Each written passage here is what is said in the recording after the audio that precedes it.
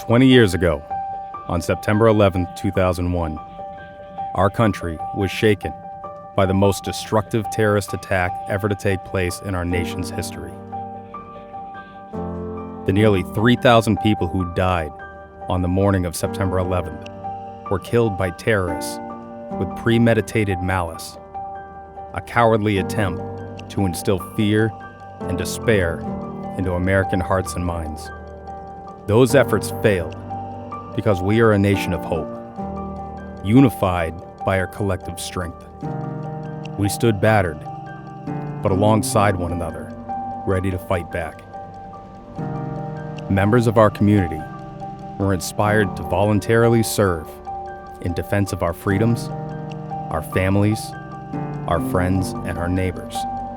And for the next 2 decades, the United States would deploy its service members to what would become the longest-running conflict that this nation has ever seen. On the 20th anniversary of 9/11, as we gaze upon Ground Zero, where those 2 towers once stood, and at the Pentagon as it stands today, rebuilt stronger than ever, we remember that freedom is not free. It is paid with hardship and sacrifice. It is the mission and promise of the Summit Project to honor and never forget those who have made the ultimate sacrifice. That we preserve the legacies of those heroes by living a life worthy of their sacrifice.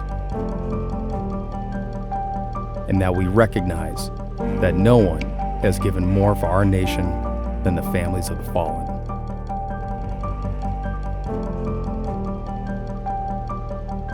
Today, we remember the events that took place on that fateful day and look back upon the resiliency of our country. We remember those who served and stand together once again, humbled, thankful, and proud. We remember. We remember. We remember, and we will never forget.